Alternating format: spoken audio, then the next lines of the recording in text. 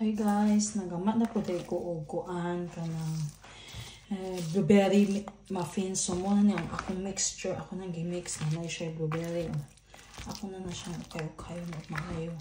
Parang ma-mix siya tanan.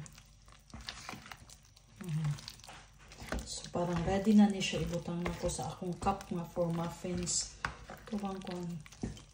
So kuhunan nato siya og okay, para ready na para sa akong muffins form.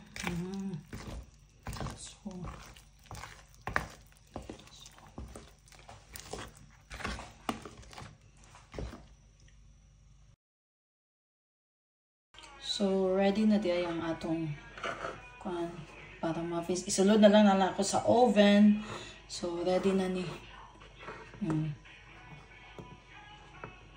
Diba?